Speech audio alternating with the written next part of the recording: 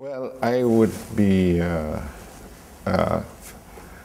very inclusive and consultative with my cabinet colleagues, with the civil service, and with the corporate sector, as well as others as well, which include academicians and some NGOs.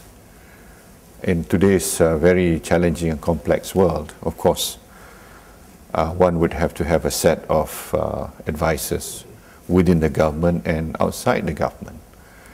But I can assure you, in no uncertain terms, that I will be the one who will make the final decision.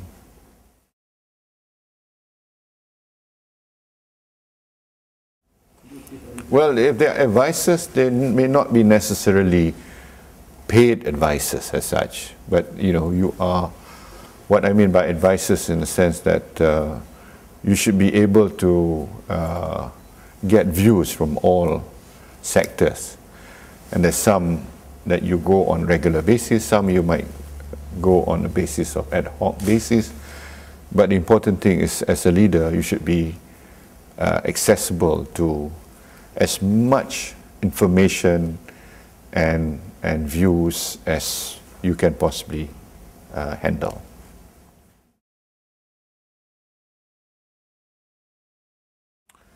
I'm open to seeking views from anyone, including from former leaders.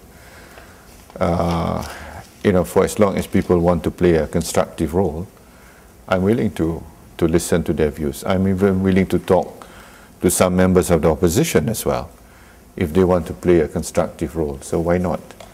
Because it's our joint responsibility to lead and to develop Malaysia.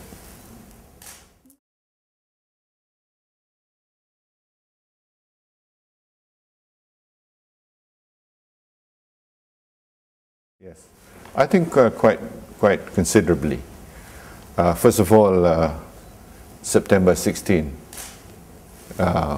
went by, and it was what was anticipated did not materialize at all. Okay. Secondly, it has been a very smooth transition of power within UMNO and Barisan Nasional. Thirdly, we have shown that with the passing of the two bills a few days ago, that it's a majority that can lead to a very functioning government, not a dysfunctional government. Short of amending the constitution, we can pass all the legislations that we need to. So I don't see any problem.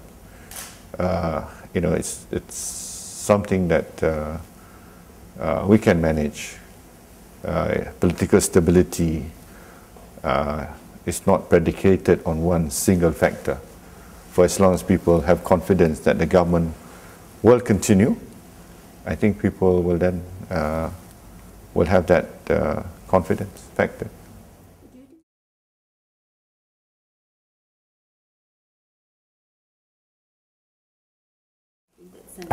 I don't know how to put myself in which slot you want, or which basket you want to put me in.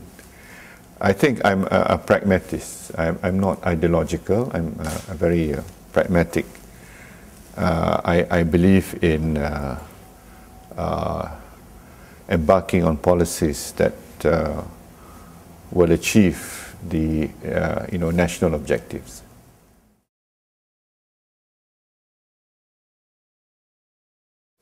I mean, what do? I mean, I've got to have friends around me as well. I mean, I cannot survive without any friends.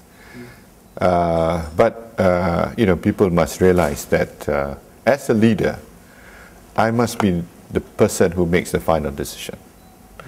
It doesn't matter who is around me, how many people are around me, where they come from. But the important thing is that the buck stops here.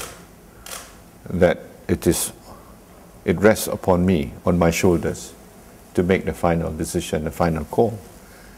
And I stand by that.